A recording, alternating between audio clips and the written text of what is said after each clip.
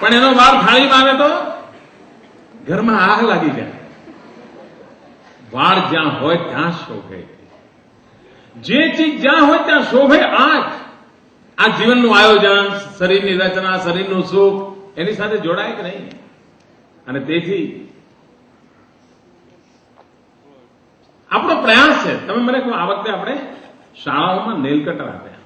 હવે ઘણાને એમ થાય કે આ મુખ્યમંત્રીને આ કામ રહ્યું છે. ટીકા ટિપ્પણી થાય મિત્રો, કેટલાક કામો એવા છે કેટલી લોકોની સમજ બહાર હોય. પણ મને લાગે છે કે આ નાનકડું નેલ કટર પણ એને એક સારી ટેવ પાડશે. બાળકને નખ કાપવાનું મન થશે, એની આંગણવાડીની બહેનને થશે કે અરે ભાઈ એના નખ કાપો. એની પાસે સાધન હશે તો એને થશે. મને હમણાં એક મિત્ર કહેતા હતા કે એક આંગણવાડીમાં મળવા ગયેલા બાળકોને એ આંગણવાડીની શિક્ષિકાએ એક એવું કામ કરેલું કે જે કોઈને નજરે ચડે. ગરીબ આંગણવાડીની બહેન કોઈ બધી સમૃદ્ધ અને સુખી નથી હોતી, પણ એને શું કર્યું?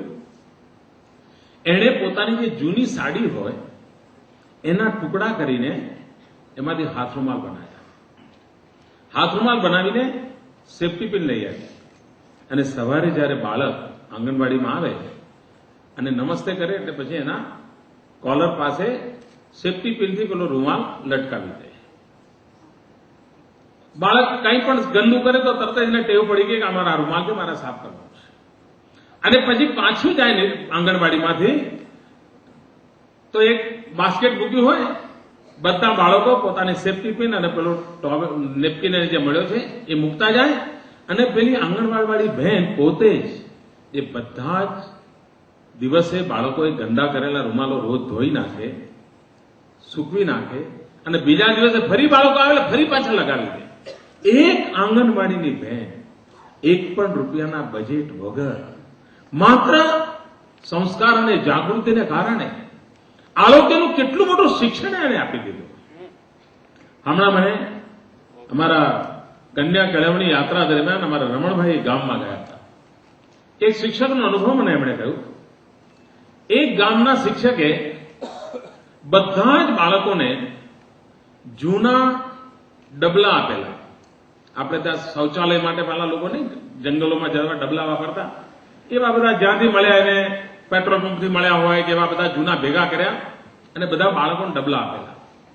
આમ જો આ કોઈ ડબલાવાળી વાત જુએ ને તો છાપામાં એવા ચોખ્ખા બને સાહેબ, તમે આમ અકળાઈ જાઓ. એવી બાબત છે ને, કારણ આવા ડબલા આપે. પરંતુ એ શિક્ષકે એ બાળકોને સમજાવ્યું કે તમારા મમ્મી ઘરમાં જ્યારે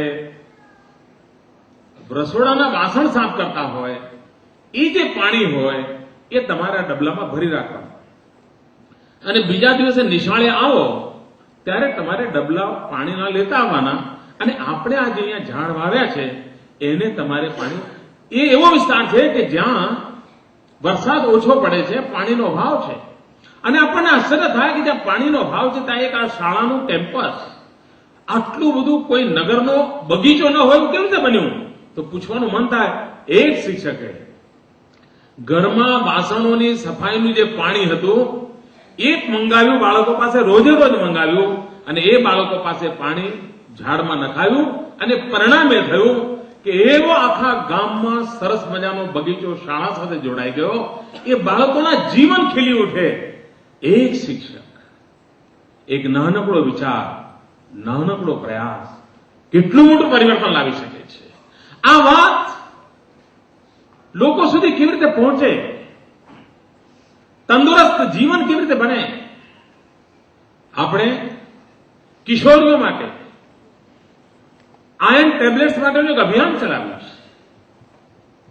અગર જો કિશોરી તંદુરસ્ત હશે તો જ્યારે માં બનવાની થશે ત્યારે એ તંદુરસ્ત માતા બનશે તો તંદુરસ્ત બાળક જન્મ પામશે અને બાળક જો તંદુરસ્ત હશે તો ગુજરાતની આવતીકાલ તંદુરસ્ત થશે. આમ નિરોગી બાળ વર્ષ એ કોઈ સરકારી કાર્યક્રમ નથી, પ્રત્યેક મા બાપની ઈચ્છાને એક ગતિ આપવા માટેનો પ્રયાસ છે. મારું ગુજરાત, આપણું ગુજરાત, અહીંનું પ્રત્યેક બાળક તંદુરસ્ત કેમ ન હોય એની એક જાગૃતિ, એની જવાબદારી વાતાવરણ. અને મને લાગે છે કે એક મુખ્યમંત્રી તરીકે અગર જો હું આ વિષય સાથે મારી જાતને જોડીશ તો આ વાતને મને નીચે સુધી લઈ જવામાં સહેલું પડશે. આમ મુખ્યમંત્રીઓએ આવા બધા કામ અમને નાના લાગે, પણ મને આ કામ ખૂબ મોટું અને મહત્વનું લાગે છે અને એટલા માટે હું આજે આપના ચરણોમાં આવીને બેઠો છું. એક સ્થિતિ બદલવી છે. મેં જોયું દાહોદ જિલ્લાની અંદર આપણા એક અધિકારીએ સરસ પ્રયાસ કર્યો. એને લોકો પાસેથી ડોનેશન લઈને શાળાની અંદર મોટો અરીસો મૂક્યો, દર્પણ મૂક્યો. અને કરે શું? બાળક આવે એને દર્પણ સામે ઉભા રાખે અને પછી એને શાળામાં જવાનું. દરેક બાળક દર્પણમાં પોતાને જોવા લાગ્યો અને ઉભોની તરત જ પોતાના વાળ સરખા કરવા લાગ્યો. એટલે બીજા દિવસ વિચાર આવ્યો કે નહીં, મારે વાળ ઓળીને જવું જોઈએ, મારે હાથ ધોઈને જવું જોઈએ, મારે આંખો સાફ કરીને જવું જોઈએ. સહજ સંસ્કાર. એક જો આ સહજ સંસ્કારનું વાતાવરણ બનાવીએ, અને આ કામ અઘરું નથી મિત્રો. ગરીબમાં ગરીબ માનવીને પણ સ્વચ્છ રાખવા માટે મોટો ખર્ચો નથી થતો. અને જો સ્વચ્છતા હશે તો સ્વસ્થતા માટેની પૂરી ગેરંટી હશે. અને એ દિશામાં આપણે પ્રયાસ કરવા માંગીએ છીએ. આપણે સમગ્ર રાજ્યની અંદર 1.5 કરોડ કરતા વધારે બાળકોના મેડિકલ ચેકઅપ કરાવીએ છીએ.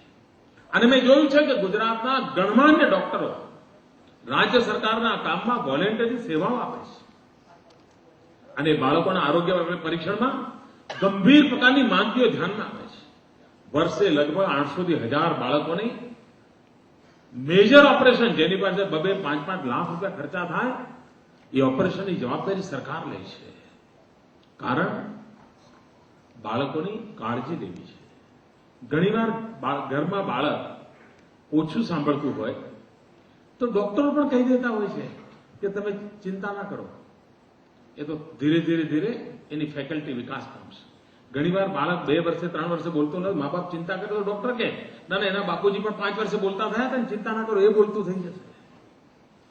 આજના જમાનામાં આ બધા આરોગ્ય પરીક્ષણમાં નાના નાના ભૂલકાઓની કાળજી લેવાય, એના માટેના કોઈ ફોલોઅપ એક્શન હોય અને સમગ્ર તંત્ર સેન્સિટાઇઝ હોય.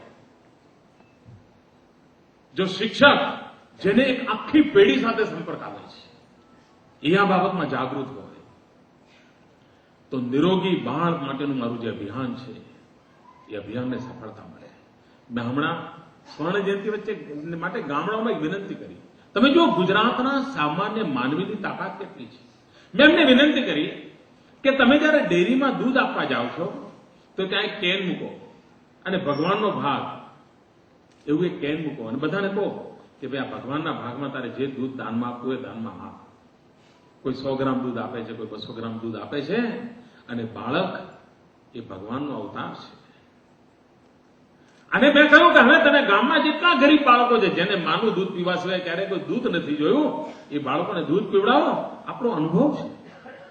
લગભગ ગુજરાતના ગામડાઓમાં આ વાતને ઝીલી લીધી છે અને જ્યાં ડેરીમાં દૂધ એકત્ર થાય છે ત્યાં ભગવાનનો ભાગ કેનમાં લોકો દૂધ આપવા લાગ્યા છે. અને એ દૂધ જે ભેગું થાય છે એ ગામના ગરીબ બાળકોને નિયમિત રીતે લોકો પીવડાવવા લાગ્યા છે.